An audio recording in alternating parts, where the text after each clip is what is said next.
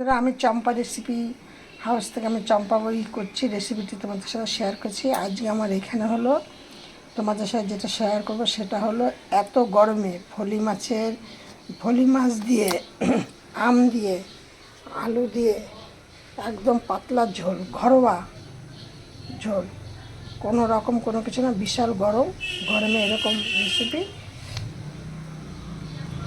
তার সাথে কিছুটা দেবো ধনে পাতাটা ভিজিয়ে রেখে দিয়েছি। আছে প্রায় 700 গ্রামের মতো মাছ আছে। এবার কড়াইতে আমি একটু তেল দিয়েছি, মাছগুলো ভাজা করে একটু বেশি করে তেল দিচ্ছি। যাতে তেলটা দিয়েছি, এবার মাছগুলোকে আমি সব লাল লাল করে ভেজে দেবো।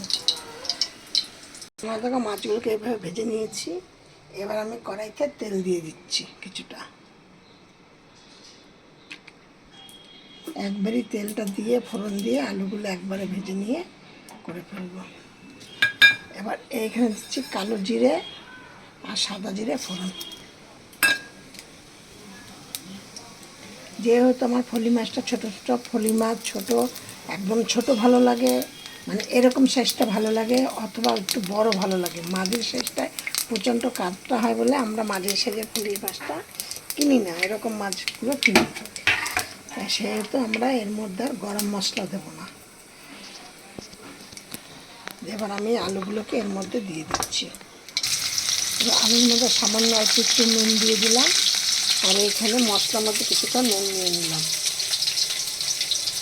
তারপর পেস্ট করে এখানে কিছুটা নুন দিয়ে হলুদ দিলাম, এখানে মশলাটার মধ্যে কিছুটা হলুদ নিয়ে নিলাম। এবার দেখো তোমাদের সাথে আমি যেটা শেয়ার করেছি, এইখানে আমি নিয়েছি হলুদ আর নুন নিয়েছি, আর নিয়েছি জিরে বাটা আর লঙ্কা বাটা। যেহেতু ফলি মাছ, এটা ঠান্ডা মাছ, সেহেতু আমি এর মধ্যে কিন্তু আদা দেবো না। ঠান্ডা মাছে কিন্তু একদম আদা চলে না। এবার আমি এই মশলাটা এর মধ্যে দিয়ে দিলাম। এবার এইখানে আমি দিয়ে দিচ্ছি কিছুটা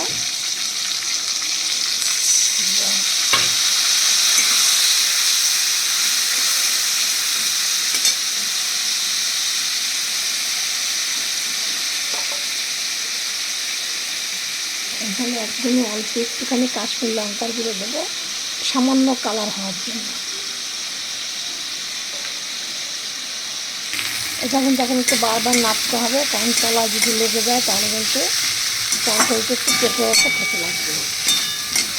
ওই জন্য একটুখানি বারবার গ্যাসটাকে লো ফ্লেমে দিয়ে একটুখানি তোমাকে এরকম বারবার একটু নাড়াচাড়া করতে হবে। তোমরা দেখো মশলা এই যে তেল ছেড়ে দিয়েছে। এবার আমি এর মধ্যে জল দিয়ে দেবো।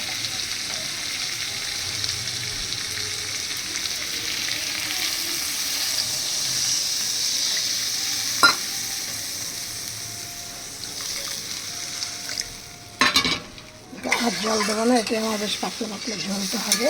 আর এর মধ্যে কিছুটা আমি নুন দিয়ে দেবো, চিনি দিয়ে দেবো।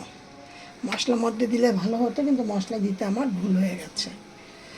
যেহেতু এটা ফলি মাছ, সেহেতু এর মধ্যে একটুখানি এটা ঝোলটা বেশ মিষ্টি মিষ্টি ঝাল ঝাল নুন নুন হবে, তাহলে খেতে বেশ মজাদার হবে। দেখো আমার ঝোলটা টকবক করে ফুটছে। আমি এবার এর মধ্যে আমি মাছগুলো দিয়ে দিচ্ছি।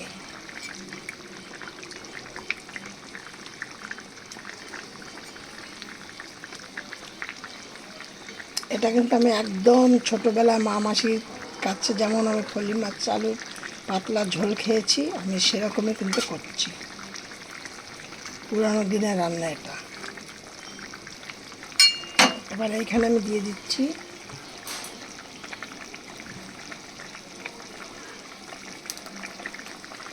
এই যে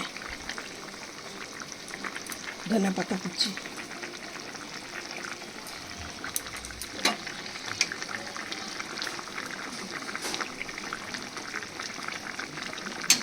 এবার টেস্ট করে দেখব।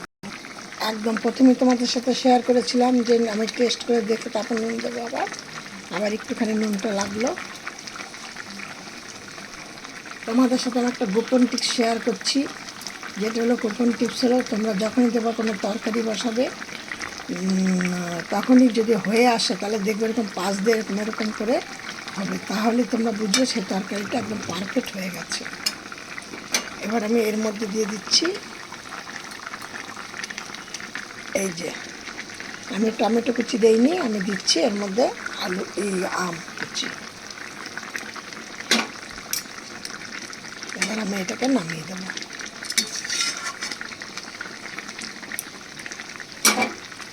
দেখো তাহলে আমার রেসিপিটাকে ঝোলটাকে দেখতে কেমন হয়েছে। এটা হলো আলু দিয়ে, আম দিয়ে, ধনেপাতা দিয়ে ফলি মাছের পাতলা ঝোল। এবার গরম ভাতে পরিবেশন করো, একদম পুরো দিনের খাবার খেয়ে হেভি মজা দাও।